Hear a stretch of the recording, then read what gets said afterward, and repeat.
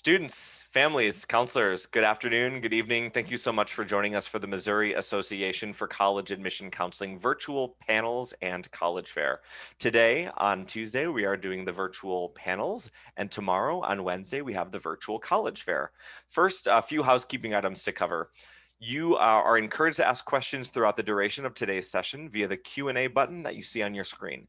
When you submit a question, it gets sent just to the panelists, and they'll work to answer the question during the session and at the conclusion of the session as well.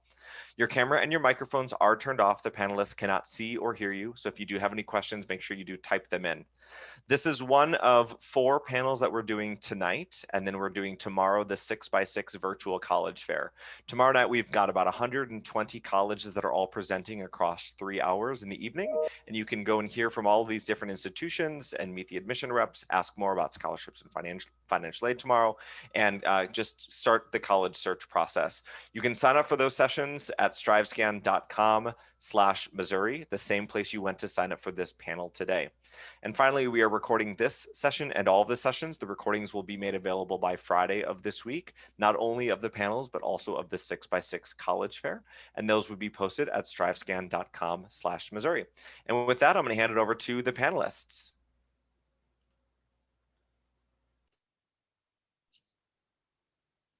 Good evening, everyone. My name is Michelle Arashi, and I am the College and Career Counselor at Pattonville High School, which is in St. Louis, Missouri. And I'm very pleased and honored to be joined this evening by 2 experts in financial aid from St. Louis University. We have David Rice and Sarah Laster, and they are both in student financial services at St. Louis University. So on behalf of MOACAC, I want to thank all of you for tuning in this evening. We are delighted to have you and hope that you find this session informative. Our agenda will be to cover scholarships, which I will begin with, and then I will turn the reins over to David and Sarah, and they will speak about the financial aid process. Again, as Zach mentioned, please go ahead and type your questions into the Q&A, and we will do our very best to get those answered along the way. I have also placed in your chat a link to the scholarship portion of the presentation. So you don't necessarily have to open that now, but I just put it out there for you if you would like to do that. So again, without further ado, I am going to share my screen so that hopefully everyone can see. David, Sarah, can you give me a thumbs up? You can see this? Okay, wonderful. So Scholarships 101. And you know, there's a lot of information here, so bear with me as we go kind of hit the highlights. So what I want to talk to you about tonight are the types of scholarships and where to find those. And basically you can break those down into college sponsored scholarships and community sponsored scholarships. Secondly, I want to touch on some of the requirements. And last, pro tips and considerations. And a special note here that all of the information I'm providing is coming from my experience as a college counselor for the past several years. These are common practices, if you will, but always check specifics with the college or the community sponsor to make sure that deadlines and et cetera are, you're getting the exact details, if you will. Okay, so college sponsored scholarships. How do I find college sponsored scholarships? Students are always asking me that. Well, when we talk about college sponsored, we're talking about the college itself providing the scholarship. And that's actually the largest portion of scholarships are going to come directly from the college. And so I recommend that's where you start. So as you are researching the colleges, you're going to be able to go on their website and do a scholarship search. And then the other really wonderful source is your own high school counselor. They'll be able to help you identify colleges where you will be one of the top students, where you have a better chance of getting a scholarship. Or perhaps it's a scholarship for a certain major or a certain ethnic group or, a first generation student. Your high school counselors oftentimes know those colleges where they have really unique scholarships and they can point you in that direction. So the very largest category on the college side is the academic or merit scholarship. And you can see some of the criteria there. So it's usually very straightforward. It's on the college's website. Then we'll say if you have this GPA or this ACT, you will automatically receive this scholarship, or maybe a range. And again, a pro tip here is you want to look for those colleges where you're going to be in the top 25% of the academic profile. So if a college says their average admitted student has a 3.0 and a 20 ACT, and you happen to have a 4.0 and a 29 ACT, now you know you're going to be at the top of that college's applicant pool and therefore qualify for more academic scholarships. Along that lines, you have competitive scholarships at the college. So these are often your really high dollar, or what we call full ride, or maybe a full tuition scholarship. These typically require some more steps in the application process. As you can see here, there may be a separate process. There may be an essay, letters of recommendation, interviews. These are limited. They may only give a few of these scholarships. So they're highly competitive because of that higher dollar amount. And they have early deadlines. And if I can stress one point through this whole presentation, is that you must apply early if you are looking for scholarships. College deadlines, typically November 1 or December 1, will be the priority of the scholarship money will be allocated prior to those dates. And even when we look at specialized scholarships. So please, if you're a junior, you want to spend your spring, your summer researching colleges and scholarships so that you can apply very early in your senior year. Still on the college side, you have more specialized scholarships, and these can be specific to leadership or service, or you're from a certain type of underrepresented group, such as a first generation student, or a student of color, or a certain ethnicity. So these may range in their dollar amount from something that's small all the way again to a full tuition type scholarship. Again, pay attention to those deadlines, to the requirements of that. For those of you that are in Missouri, I can't talk about Missouri A+ enough, and that is a gift from Missouri. If you don't know what it is, go to school tomorrow and ask your school counselor to sign up for Missouri A+. That can give you free, I said free, college at a Missouri community college or technical college. And that's a great place to start and work on your transfer requirements, and then transfer to a university like SLU.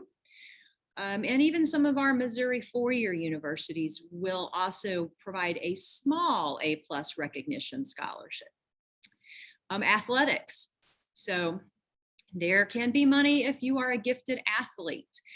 And I won't go into detail on that. I will put a plug in for April 6th. We will do this whole virtual fair again with different presentations, and one of those on April 6th will be about college athletics. So if you have that dream and you want to know everything about it, we have some experts that will talk about how the process of college athletic scholarships works. And then finally, on the college side, you have special talent scholarships. So maybe you are a gifted musician, or theater, or you're in robotics. Maybe you're a woman going into a engineering program. These are all very unique, specialized scholarships, typically smaller amounts with a separate application. A pro tip here is you often have to be admitted to the college before you will have access to this set of scholarships. So again, apply early so that you get that admission, and then you can apply for these additional scholarships that are restricted only, to admitted students. If you're a younger underclassman, check out Raise Me. That is a sort of a social media scholarship site and a great way to maybe build some scholarships.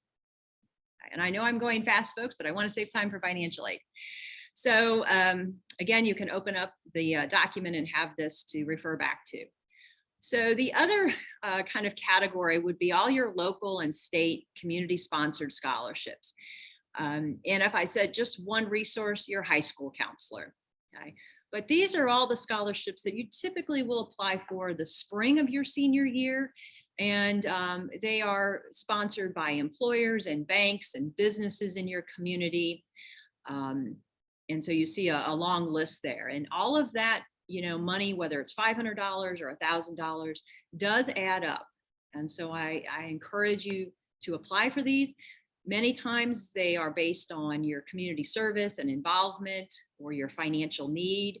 They're not always just for the 4.0 student. So definitely check these out. And down at the bottom here, Scholarship Foundation of St. Louis and My Scholarship Central. These are resources for Missouri students, and those are actually links too. So you can come back to those. National scholarships, these are extremely competitive, and although they get a lot of media attention, I've been in my job for 6 years and I have one student who has received a Coca-Cola, and I graduate, well, I don't graduate, but about 400 students graduate from my high school a year. So it is extremely difficult to get these big name scholarships. So you can check them out, but don't put all of your eggs in this basket. Scholarship requirements very quickly. Again, you have to be diligent about reading the application details, your emails, students, following the directions. You can miss a scholarship and there is no, turning it in late. You must have all the application materials, and they can vary to be a very simple application to a very extensive application. This is where I think spreadsheets are a wonderful tool to keep track of all of your scholarships, your deadlines, the components that you need. And I'm speaking personally because I have a senior in high school right now, and he is in the throes of this process. So we have a spreadsheet. And pro tips, last few things to consider here is you never want to pay anyone to apply for scholarships. That is a scam. And there are a few other questions here that you'd want to ask while you are speaking with a college or with a community organization, such as, is the scholarship renewable? So does that mean I have it for 1 year or all 4 years? Is it stackable? So can I add this scholarship on top of this scholarship? Is it portable? So if I start at a school and then I transfer, can I take that scholarship with me? If I do receive a large sum scholarship from outside the organization, outside of the college, will the college take away money that they gave me? That's called displacement. And again, parents, this is for you. We have to think about it not only as a 1 year, but a either 2 year or 4 year investment. And so you're thinking about scholarships for the whole, the long haul. The last tool I want to share, and then I do want to turn it over to my colleagues here, is Scholarship Central. And I have some wonderful slides here that go into the detail, and I apologize that we don't have the time to do that. But if you just Google My Scholarship Central, it is a wonderful site that is eligible for the entire state of Missouri, and it allows you to search for scholarships that businesses and various organizations sponsor. It has a centralized application, which helps save some time when you're applying for all of these scholarships. And you are able, as you can see here, to select your region of the state and able then to drill down into the scholarship site and actually complete the application. And I will say it's a two-step application. You have a general application with just general information, and then you will be provided with certain scholarships that match your profile. And then you'll have to do part 2, which is to apply to that individual scholarship, which might require an essay or might require a letter of recommendation. But again, Scholarship Central, check it out. It is an amazing site, a wonderful resource. So I am going to stop sharing, turn the reins over to Dave and to Sarah, And I will answer questions in the Q&A if there were any related to scholarships. So thank you. Thank you, Michelle. That was great information. I would give you guys one other scholarship search place in Missouri, and that is Missouri Scholarship and Loan Foundation. They offer some really, really nice pieces of aid and some possibilities. So we will move pretty quick here, so we can try to get to as many questions if you guys have them. But we'll kind of take a little bit bigger picture. That is a great dive into the scholarship pieces. But what is financial aid? I know we've got a lot of juniors out there. This is a presentation we do in high schools, a lot tailored towards seniors, but this is really good information no matter where you're at in the process. So first thing is, what are the goals of financial aid? First, they reward students for their achievements. They evaluate our family's ability to cover educational costs so that we can distribute very limited resources in an equitable way. And they provide a balance of gift and self-help aid. So the gift aid would be our scholarships and grants, things we want the most, things we don't have to repay. Self-help aid being loans and work programs. What is financial aid? It is just these four things. It can seem like it gets to moving pretty fast sometimes, but truly it is just these four things. Scholarships are the merit-based awards. Grants are the need-based awards. They come from things like the FAFSA, the Free Application for Federal Student Aid. Loans, we'll talk about 3 loan programs tonight: federal student loans, federal parent loans, and private loans, and then work study programs. So that's what financial aid is. Everything we're talking about tonight falls into one of those 4 categories. So how do you apply?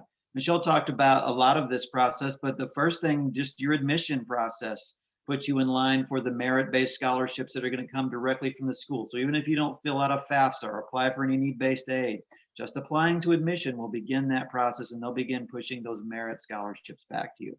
If you're interested in need-based aid or access to the federal student loan programs, you'll want to complete a FAFSA.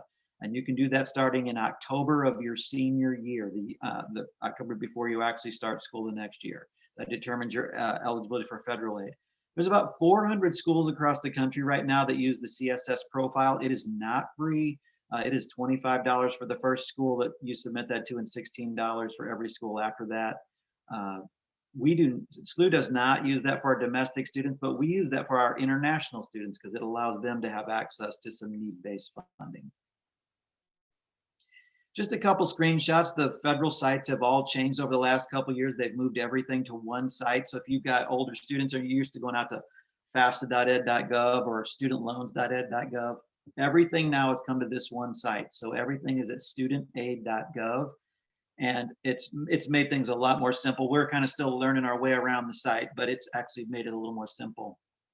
So you can see the big blue arrow up there. If you're going to be applying for aid, like you're going to complete your FAFSA, or you're going to complete a loan application, that's where you can go to get the process started. There's just really great tips, and especially for a group like this tonight, no matter where you're at in the process, whether you're planning early or you're ready to start filing your FAFSA, no matter what, there are just great pieces out there to help you move through that process. And of course, everything can be mobile, and you can download everything to your phone with their My Student Aid app, and then you can do all the processes right on your phone. So timing of things, as you again, most of you guys are juniors, but as you move into your senior year, the financial aid process really gets started October 1. That's when you can begin to file the FAFSA. A lot of aid is first come, first served, so you want to file that as early in October as you can. A couple years ago, we moved from filing in January back to October, and we also used the tax return that we called prior year tax returns. It's the tax return you filed the year before. So for instance, this year, to file the FAFSA, we're using the 2019 tax return. So you don't have to wait to file your taxes and then file your FAFSA. It's a much more simple process now.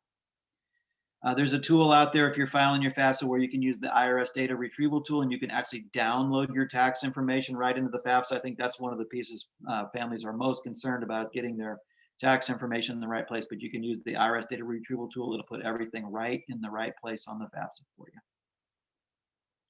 Some of the things you can do now, again, it's a wide audience and you're all in different places, but you So creating your FSA IDs, that what you won't do really until you get into your senior year. But there's FAFSA practice tools out there where you can go out and see what, if you were to file a FAFSA, what might your results of that be? How eligible for need-based aid might your family be?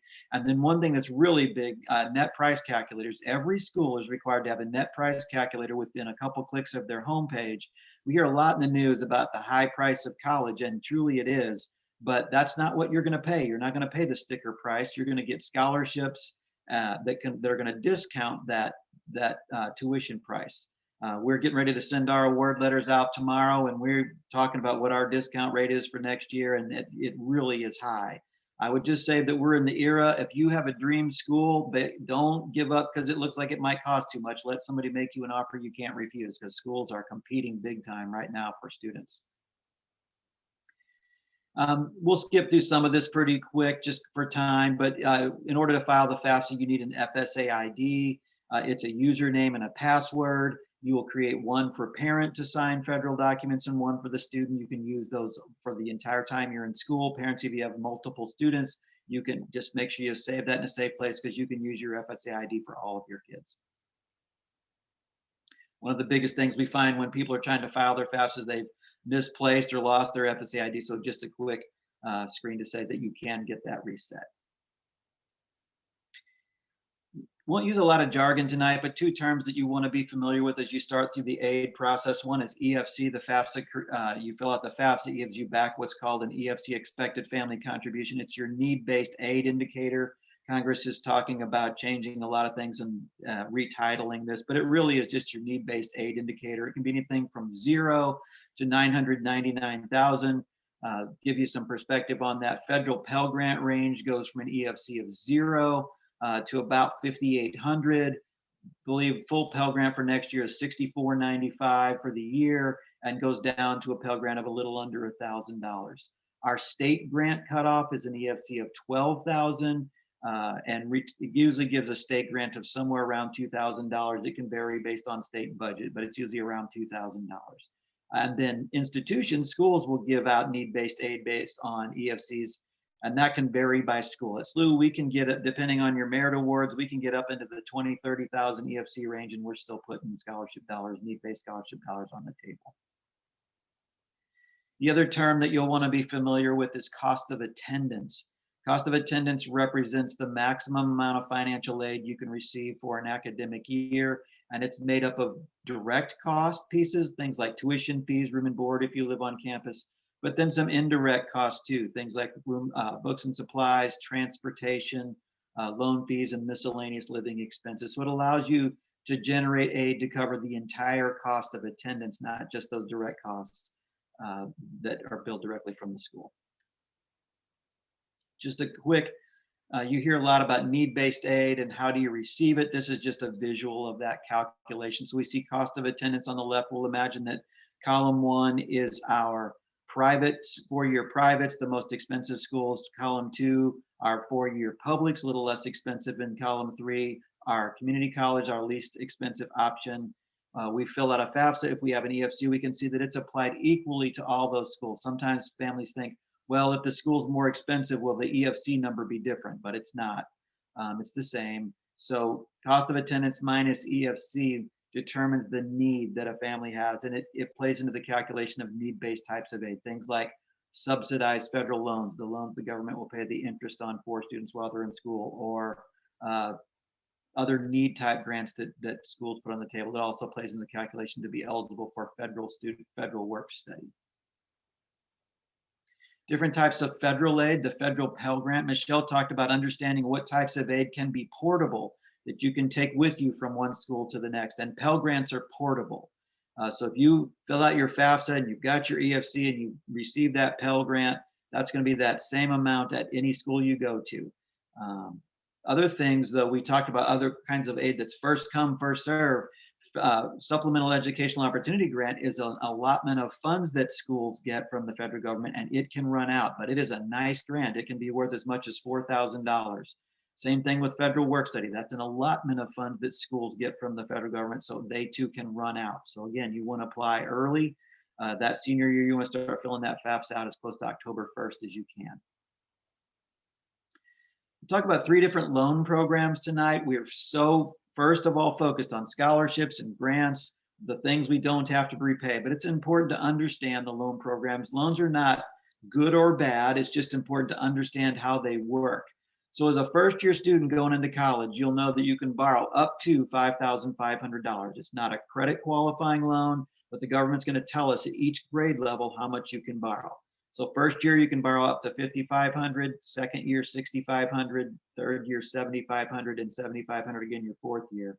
And of those amounts, a certain portion can be subsidized. So you see there on that left-hand column, of that first year of $5,500, as much as $3,500 can be subsidized. And that is that equation that I just showed you. So cost of attendance minus EFC minus other aid, as long as that result is larger than 3,500, then the loan can be subsidized. So we won't go too far on those details tonight, but just know that for the federal student loan program, you have to fill out a FAFSA to be eligible, but you can know that first year you can borrow as much as $5,500. There's a federal origination fee. It's a little over 1%. And then the interest rate this past year was 2.75%. It's a fixed rate for the life of that loan. The government resets rates for the loans each academic year in June, effective July. And so for each year, you might have a different rate on your loans, but that'll be the rate on that loan for the whole time you're in repayment. You know, used to be that's all we had to talk about. You're going to be a first year student, so you could borrow up to 5,500. But nowadays, a lot of you have taken a lot of college credit. So first year really means the loan levels really go in increments of 30 credit hours. So 0 to 29 is that grade level 1, $5,500. And then you see moving up in increments of 30 hours. That's for dependent students, which probably most of you are dependent on your parents when you're filling out the FAFSA. But if you are an independent student, you can see you have a $4,000 extra the first 2 years and $5,000 extra in the last 2 years. These are the other 2 loan programs I talked about. The column on the left is the federal parent loan program. Column on the right is the private loan program. I used to say private student loans, but now several of the lenders actually will do private parent loans as well. These are both credit qualifying loans, but now in these programs, we can borrow up to cost of attendance minus other aid. So that was the other reason I wanted to kind of give you a sense of what cost of attendance is made up of.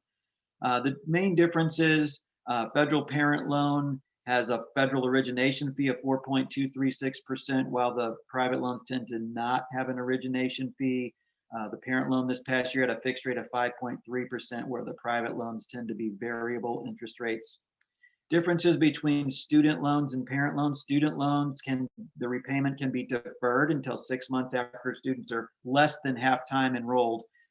Typically we think of that at graduation, but it's not just that. Full-time enrollment is 12 hours. So if you drop below 6 hours for more than 6 months as a student, your loans would go into repayment.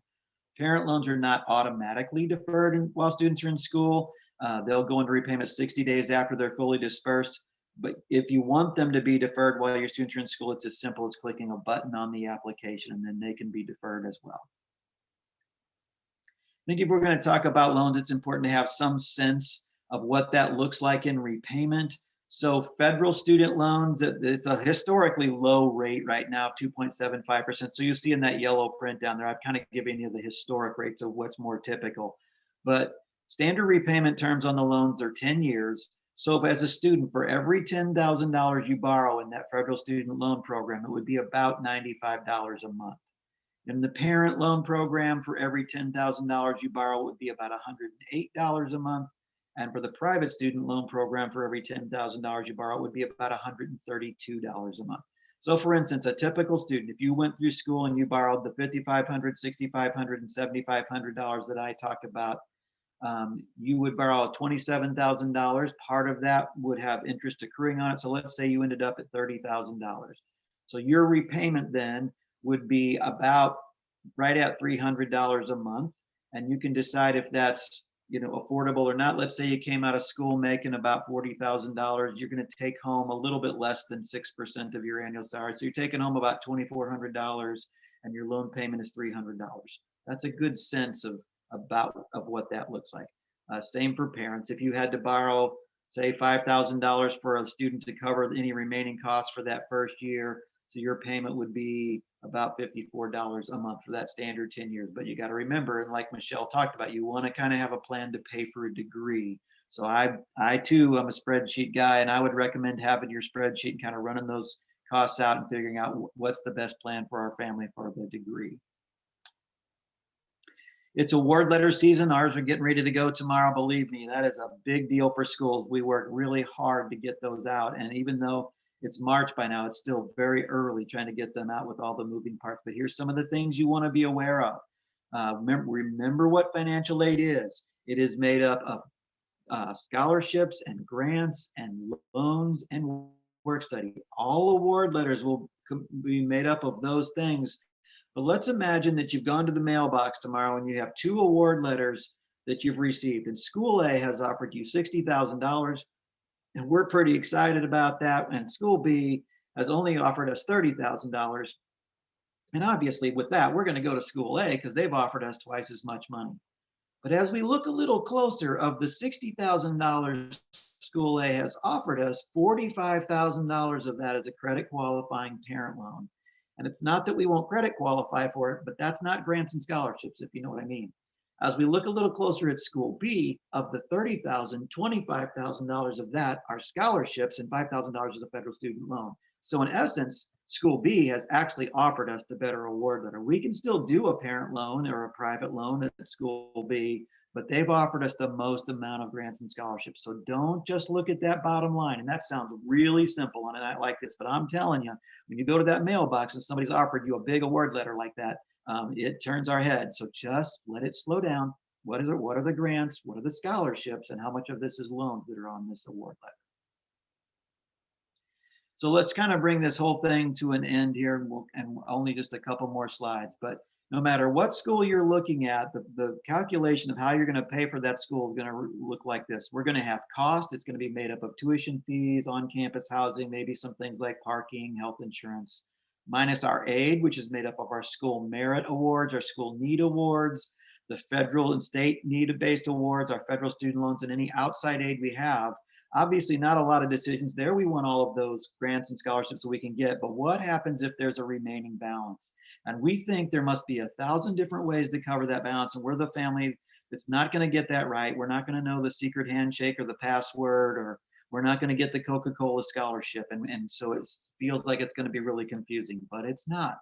There's only 3 ways to cover that balance. And it's really simple, really, anything in life. You can either pay right now or we've got to pay over time. So we can take that remaining balance and we can do payment plans with schools. They usually split them up into 5 payments per semester or 10 payments for the academic year. They start in August and go through December, and then again in January and go through May. So we can do that. We can just kind of pay as we go. If not, we can take a look at whether a parent loan is the best option for us, or we can take a look at a private loan. And some people will say, well, what is the best option? Well, our budget, our home budget determine which is the best option for our families. And that's why I wanted to give you a sense that if you borrow some loans, how much is that in repayment?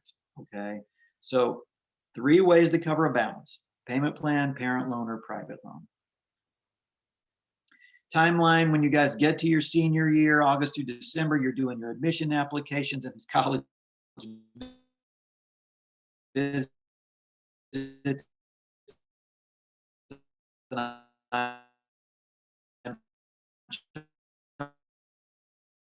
Struggling there because it's been a crazy time frame with all this pandemic, and can you actually go to campus as much as you can?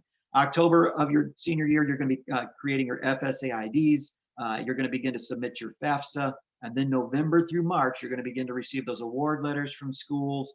You're going to start paying some deposit to some schools, and by May 1st, it's when you kind of want to decide this is the school we're going to, because that's kind of the national cutoff to get those deposits back from the schools. May through August, you'll be doing things like orientation on your school of choice. You'll be registering for class, and before you know it, it's August and it's time to move in. It will go very, very fast. So we have covered a lot of territory really, really fast. So let me stop there. I'm going to stop sharing screen, and we can open it up for any questions that we have that have come in.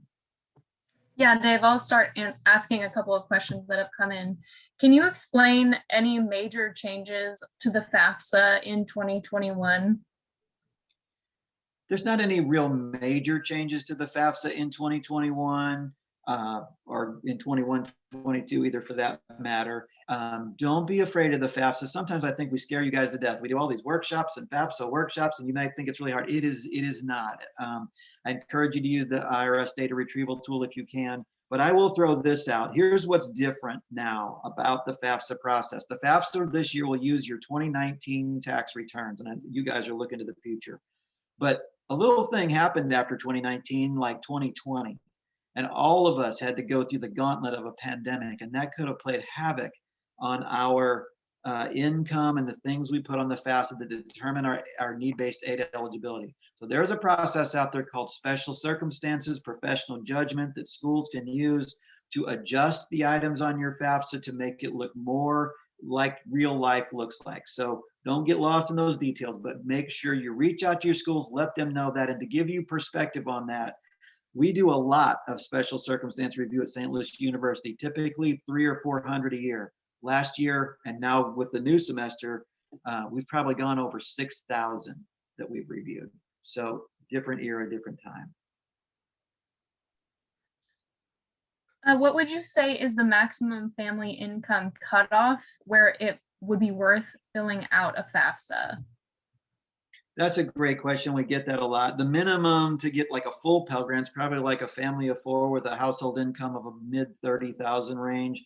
The maximum cutoff is hard to say. There are a lot of factors, a couple things. If you are a family where you have 1 student going to college this year and you fill out the FAFSA, let's say you fill it out and you get an EFC of 20,000, but next year you're going to have 2 going to college. Well, it would typically cut that EFC in half, and 20 going down to 10 might put you in range for state grant.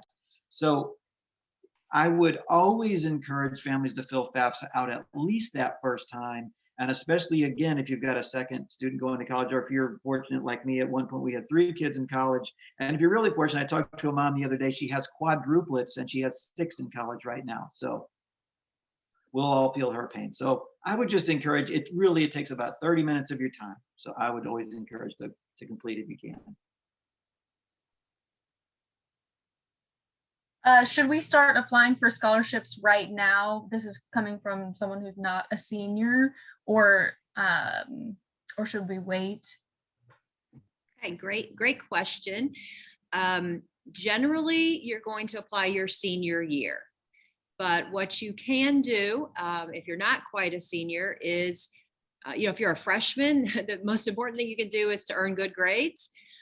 To get involved, find a few things that you're really interested in and become a leader in those areas. Raise Me is a website that you can begin as a freshman, sort of keeping track of all of your involvement, and it sort of tallies up little mini scholarships if you were to go to school A or B. The junior year, there are a few national competitions that you can look at.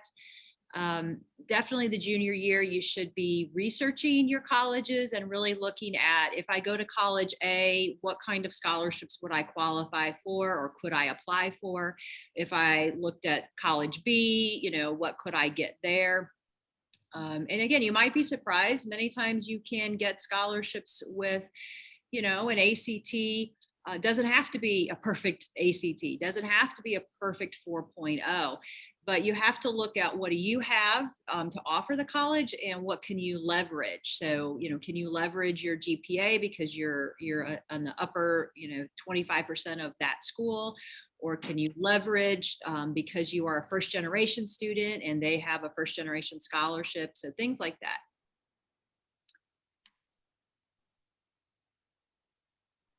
Okay, do scholarships from Missouri transfer to out-of-state schools? Good question. It depends on the source. So if SLU gave you a scholarship, that won't go anywhere else but SLU. If the state of Missouri is funding the money, like A+ or Missouri Bright Flight, that will not go out of state. If it's a community scholarship from your local PTO or your local bank, that might very well go out of state. So that's a good question that you'll either have to ask or will be in the fine print of that scholarship. So that's what I mean by, really looking at those details. So it just depends on who's funding the scholarship. Okay. How do you register for the A+ program? Okay, great. I'm selling A+. So your high school counselor can help you with that. It's a very short form that you typically fill out. You have to be attending a school that's part of the A+ program. So, and most schools are in Missouri, and you have to meet certain criteria to earn the A+. So it is a scholarship that you are earning based on your academics in high school and some community service and things like that. But I used to work at a community college, and they are a hidden gem in our higher education system. And it's a great place to start. And certainly if you can go for free using A+ scholarship, to me, that's an amazing opportunity. So see your high school counselor, they can help you sign up. Okay, thank you. Would you say high income families have a disadvantage for receiving scholarships? I would say generally no, because most scholarships, when you say scholarship, typically that's based on some type of merit or talent. So whether that's academic or athletic or musical or some, category of, again, like you're a first generation student. So it's based on something like that you're doing. Okay. And so not tied to income.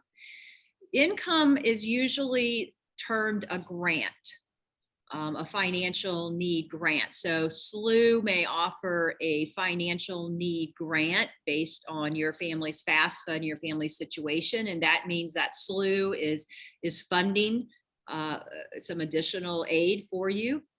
Or if it is a need-based program from the state of Missouri or from the federal government, or a private organization that says we want to give financial need, we want to meet financial needs. So generally, no. I don't know, Dave, if you want to throw in some additional information there. No, that's great. Yeah. Remember, scholarships are merit-based awards based on talent, ACT, GPA, things you're doing.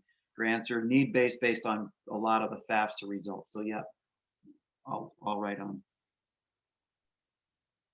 So we have a question about if SLU is connected to the A+ program. Could you clarify again what the colleges that would be connected to A+ are?